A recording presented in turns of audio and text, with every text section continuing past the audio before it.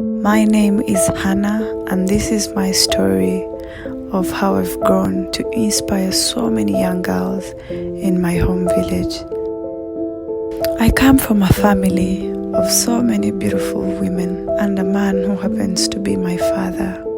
At the age of 2, tragedy happened to strike my family when we lost my mother to cancer. I come from a society that supports forced marriages. So when my mother died, everyone in the community thought that my sister's next plan was marriage. Little did people know that we had a father that would do anything to see us succeed. My dad was a herdsman. My father worked tirelessly to see that all my sisters and I got what to eat and also attained school. When I made 3 years old, my father proposed to me the idea of starting school. I was very excited because I would see my sisters every morning trek to school, and I wondered how it felt like to go to school. So the first day of my school wasn't that interesting because I walked for almost 15 kilometers from home to school. After school in the evening, we found a lot of visitors that had come to ask my sister's hand in marriage. My sister was just 12 years old. My dad got scared after receiving the news.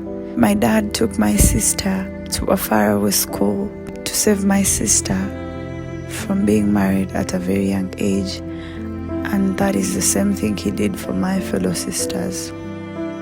So many girls who would go to school. By the time we finished, most of the girls that I studied with in the same class were married. When my dad saw what was happening, my father yearned for a platform where he would speak against early childhood marriages and also advocate for education for the girls. I would see what my dad is doing in the society, preaching against early childhood marriages, because I admired my father so much. I loved the way he spoke to people. I loved the way he expressed himself, and I felt like I would want to be that person in future. When I finished school, the chance presented itself to me. After being crowned as Miss Uganda, I went back to my hometown, and most of the people were very happy for me and excited. But little did they know that their children would have even become the same thing or even more if they educated them. But most of the parents were like, they do not have a secondary school. Due to my continuous preaching and also requesting the parents to educate girls, we are launching the first ever secondary school in my home village, named Chinoni Secondary School. Behind me is the land that was donated to us by the community members of Chinoni village in my home district, and this building is the first ever secondary school that was built in my home village.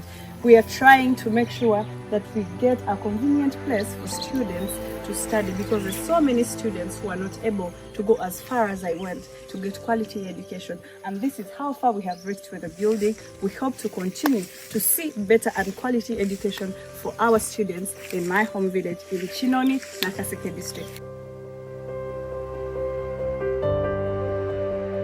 Together with the Miss Uganda Foundation, we've also managed to launch career talks where we talk to most of the girls across the country, and we do classes that help them in so many things. We talk about menstrual hygiene and health. We talk about reproduction. We talk about self-esteem, confidence, and also advise them to stay in school in case they want to achieve anything higher. We give them sanitary towels, soap, knickers, and also show them how to use them. As a person who believes so much in talent development, I saw that most of the boys in my community were a bit idle because we were over-concentrating on the girls.